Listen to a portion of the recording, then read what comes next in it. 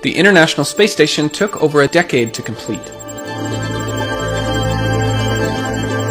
We've got to remember, the station isn't just aimlessly floating in space. It's going incredibly fast, about 20 times the speed of sound here on Earth. It orbits the Earth once every 90 minutes. Here's the front of the station. It always travels in this direction. So this is forward and aft, port and starboard, and then there's zenith pointing away from the Earth, and nadir pointing towards the Earth.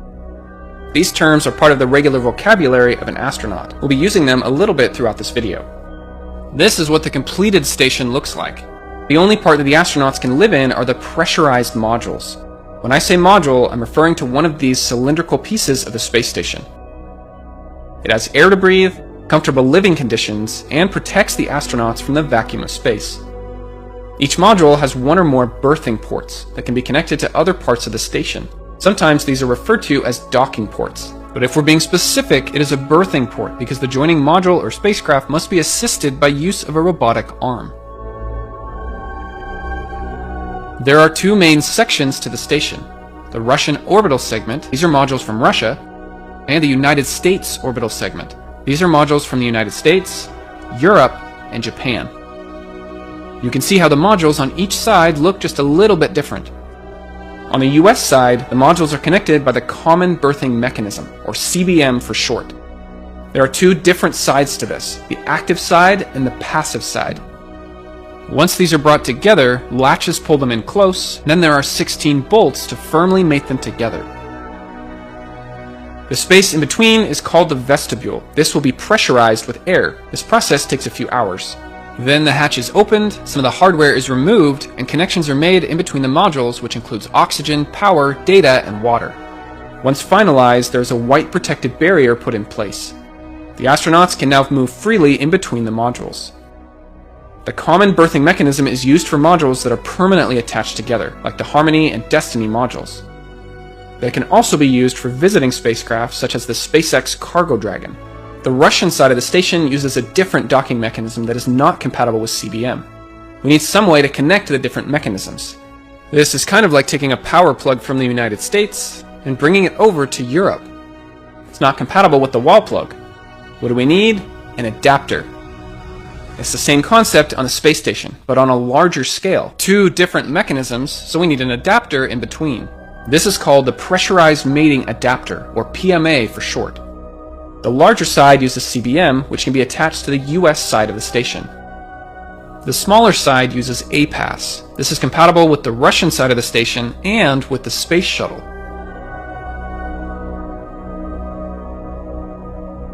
On the station today, there are 3 of these adapters. PMA-1 is permanently in place, connecting the two sides of the station. PMA-2 and PMA-3 were used as docking ports for the space shuttle. The smaller side, which is the side that uses APAS, was used for the space shuttle. This is how it would dock to the space station. Both of these PMAs now have yet another type of adapter placed at the end. This allows for more modern spacecraft to dock to the space station. Now let's take a quick look at the space shuttle. The crew spends most of their time up here in the crew compartment. Back here is the payload bay. This is where the space station modules were carried up into space.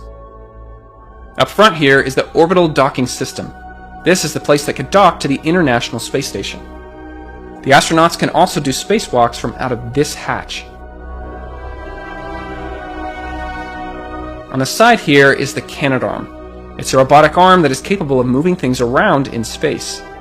The arm can be controlled from inside of the space shuttle at this workstation.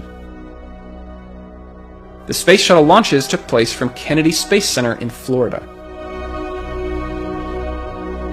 Once in space, the payload bay doors were opened. They remained open for the entire time they were in space. Then it took a few days for the space shuttle to catch up with the ISS. The space shuttle is retired now, but it played a crucial role in building the space station. Let's take a look at a few of these space shuttle missions. This first mission we'll go over in a bit more detail. I want to give an idea for the timeline and how long things took. And then for the next 3 missions, we'll go over just a little bit quicker once we get the right idea. The first mission we'll talk about is STS-88 in December of 1998, and the STS stands for Space Transportation System. All shuttle missions started with these 3 letters. This was the first shuttle mission to the International Space Station. At this time, the station had only one piece. It was the Russian module Zarya, orbiting the Earth all by itself. On the completed station, this is where Zarya is. And this first shuttle mission brought up the Unity module. This is kind of like the center hub of the station, with 6 berthing ports where other modules can be attached.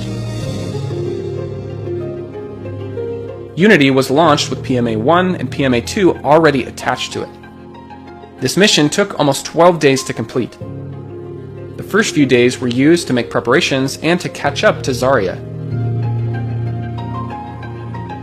On day 3 of the mission, the Canadarm was put to work. It was time to lift Unity out of the payload bay. PMA-2 was then attached to the orbital docking system on the shuttle. The Canadarm can move large masses in space due to being weightless while in orbit. It had to move very slowly to not strain the robotic joints. It took hours to complete and very careful movement. The shuttle's thrusters were fired to bring the modules together. On the 4th day of the mission, the space shuttle slowly approached Zarya. The Canadarm grabbed onto it, and then moved it into position above PMA-1. Again, the shuttle's thrusters were fired to bring the modules together. It took a few more days of preparation before they could go inside the station. There were 2 EVAs where they get into their spacesuit and go outside the station. They connected cables and installed antennas on the outside of the station. The Canadarm was used to help move the astronauts around. On the 8th day of the mission, they opened the hatch and entered the station for the first time. They only stayed inside for about a day, just enough to check things out and prepare it for the next mission. On the 10th day of the mission, there was one more EVA to finish the installation. Then on the 11th day of the mission, the shuttle undocked from the ISS. At this point, there was no permanent crew yet. The station was too small.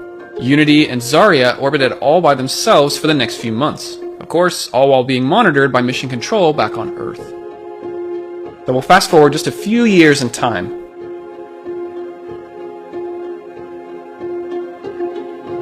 The station had a few more modules, and there were 3 crew members living on board the station. The next mission we'll talk about is STS-98 in February of 2001. So here's our completed station. Here's what it looked like right before STS-98. This mission brought up the Destiny module. STS-98 lasted for 13 days, but they were attached to the station for only 6 of those days.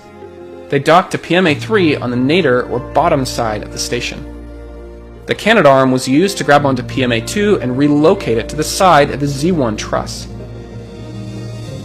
Then the arm was used to lift the Destiny module out of the payload bay, slowly flip it 180 degrees, and then attach it to the forward berthing port on Unity. This took hours to complete and very careful movement to make sure nothing was damaged.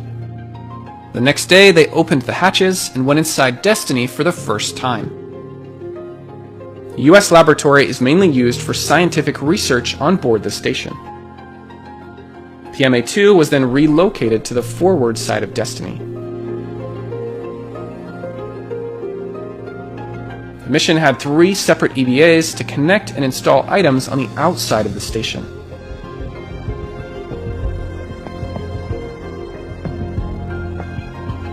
The purpose of this next mission was to give the station its own robotic arm, called the Canadarm2. The first Canadarm was on the space shuttle. Very useful, but it was permanently attached to the shuttle. This means it goes home at the end of a shuttle mission. The Canadarm2 can lift heavier loads and would now stay on board the station, so it can be used in between shuttle missions. Here's an example of where you might find the Canadarm2 on the station today. The arm can attach to the station at either end. These are called latching end effectors. It attaches to anywhere on the station that has a power data grapple fixture. As you might guess, it provides power and data connection, so it can be controlled from inside the station and from mission control back on Earth if needed. These power data grapple fixtures are in many places on the outside of the station. The mission that brought up the Canadarm2 was called STS-100. It was a 12-day mission. The shuttle docked to the front of the station at PMA-2. This carried Raffaello, a multi-purpose logistics module which would be temporarily attached to the station. The second piece of cargo was the Canadarm2. It was brought to the station on board a special pallet. The shuttle's Canadarm grabbed onto the pallet, lifted it out of the payload bay, and then attached the pallet to the top of the Destiny module. It was slowly unfolded and put together by the astronauts. They also had a little help from the shuttle's Canadarm. Then the Canadarm2 was moved on its own for the first time. It was initially connected to the side of the Destiny module. At the end of the mission, the Canadarm2 was used to lift the pallet and hand it over to the shuttle's Canadarm. This was the first robotic handshake in space, sometimes referred to as the Canadian handshake, because both of these arms were built by Canada. The empty pallet was then put back into the payload bay. A few days later, the shuttle undocked from the station. The Canadarm2 was essential for constructing the rest of the space station. The last mission that I want to show in this video is STS-104. So here's the completed station, and here's what it looked like right before STS-104. This mission brought up the Quest airlock. The mission lasted for almost 13 days, once again docking to the front of the station at PMA-2. This was the first time they used the Canadarm2 to help construct the station. The Quest airlock was slowly moved into position on the starboard side of the Unity module. Two of the astronauts were in position, ready to help install the new module. Once Quest was installed, it was time for the high-pressure gas tanks. Once again, the Canadarm2 was used to move the tanks around. The astronauts helped guide the tanks into position.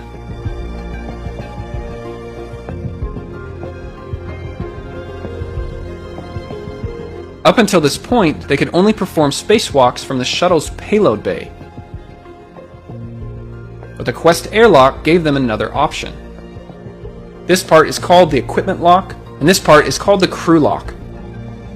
Once the astronauts are inside of their spacesuits, the hatch is closed and the crew lock is depressurized. This means that all the air is pumped out. Now the airlock hatch is opened, and then the thermal cover on the outside. The opening points straight down, so the first thing they see is the Earth right beneath them.